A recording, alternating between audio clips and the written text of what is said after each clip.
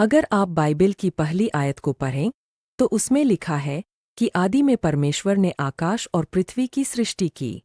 हिंदी में इसे सही नहीं लिखा गया, पर अगर आप इंग्लिश की बाइबिल को पढ़ें तो उसमें लिखा है in the beginning God created the heavens and the earth. इसमें हेवंस लिखा गया है, यानी कि एक से ज्यादा कुल 3 स्वर्ग है, जिसके बारे में दूसरा कुरिन्थियों अध्याय 12 की 2 और 3 आयत में हम पढ़ते हैं, जिसमें पौलुस ने कहा कि मैं मसीह में एक मनुष्य को जानता हूँ। 14 वर्ष हुए, परमेश्वर जानता है, ऐसा मनुष्य तीसरे उठा लिया गया और ऐसी बातें सुनी जो कहने की नहीं और जिनका मुंह पर लाना मनुष्य को उचित नहीं। इस वचन में प्रेरित पौलुस बता रहे हैं कि वह एक मनुष्य को जानता था जो तीसरे स्वर्ग में उठा लिया गया था। पौलुस ने कहा कि वह नहीं जानता कि वह शरीर में था या उसकी आत्मा तीसरे स्वर्ग में थी। अगर तीसरा स्वर्ग है तो इसका मतलब पहला और दूसरा स्वर्ग भी है। अब तीसरी गिनती तक 1 और 2 गिने बिना पहुंच नहीं सकते। उस तीसरे स्वर्ग में मनुष्य ने परमेश्वर को बोलते सुना। तीसरा स्वर्ग सबसे ऊंचा है, जहां परमेश्वर रहता है, जहां पर परमेश्वर का सिंहासन है। पहला स्वर्ग वो है जो दिखाई देता है, चांद, तारे, सूरज। अब पहले और तीसरे स्वर्ग के बीच में दूसरा स्वर्ग है।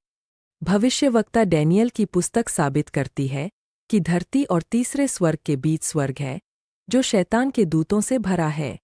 डैनियल की पुस्तक में जब स्वर्गदूत ने डैनियल को दर्शन दिया तो उसमें पढ़ते हैं कि डैनियल 21 दिनों तक उपवास प्रार्थना रखकर प्रार्थना कर रहा था। 21 दिनों के बाद उसके सामने एक स्वर्गदूत आ खड़ा हुआ।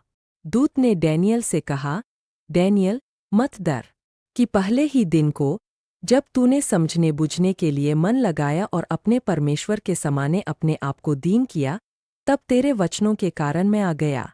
फोर्स राज्य के प्रधान 21 दिन तक मेरा सामना करता रहा, परंतु मिकाइल, जो मुख्य प्रधानों में से एक है, वह मेरी मदद के लिए आया। स्वर्गदूत ने डैनियल को बताया कि जिस दिन उसने प्रार्थना करनी शुरू की थी, उसी दिन वह दूत उसकी प्रार्थना का उत्तर लेकर स्वर्ग से निकल पड़ा था, पर रास्ते में शैतान के दूतों ने उसे रोके रखा और फिर मिकाइल दूत ने आकर उसकी मदद की। जब वह प्रार्थना का उत्तर लेकर आ रहा था तो शैतान के दूतों ने दूसरे स्वर्ग में उसके साथ लड़ाई की और 21 दिनों तक वह जंग चलती रही। दूत ने फिर कहा कि अब मैं पारस के प्रधान से लड़ाई को लौटूंगा और जब मैं निकलूंगा तब यूनान का प्रधान आएगा। यहाँ पर वह दूत धरती के मनुष्य की बात नहीं कर रहा। फारस का राजा शैतान का वह दूत है जिसे फारस के राज्य पर अधिकार दिया गया है। क्या आप जानते हैं कि दुनिया के हर महाद्वीप के ऊपर, हर देश के ऊपर शैतान के दूतों को बांटा गया होता है, जो उस नगर पर, उस देश को कंट्रोल करते हैं। उसी तरह परमेश्वर के स्वर्गदूत भी हर महाद्वीप, हर देश के ऊपर ठहराए गए होते हैं, जो उस देश की रक्षा करते हैं। जब एक विश्वासी मरता है तो उसे लेने स्वर्गदूत आते हैं, और जब वह तीसरे स्वर्ग में जा रहे होते हैं तो दूसरे स्वर्ग में से निकलकर जाते हैं। आप सोच सकते हैं कि कैसे दूसरे स्वर्ग में शैतान के दूत देखते होंगे और बोलते होंगे कि पीछे हट जाओ, कि यह बंदा यीशु मसीह के लहू से लिपटा हुआ है, यह परमेश्वर की संतान है।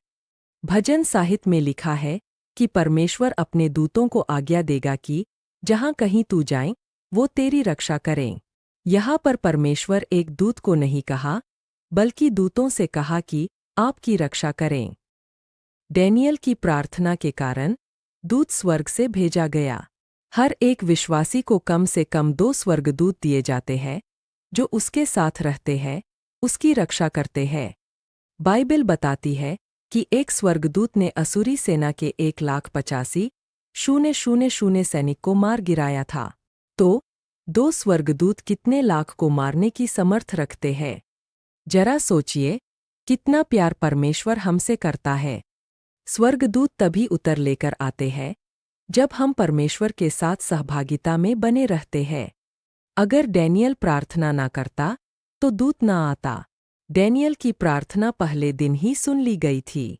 परमेश्वर आपकी प्रार्थना को उसी समय सुनता है।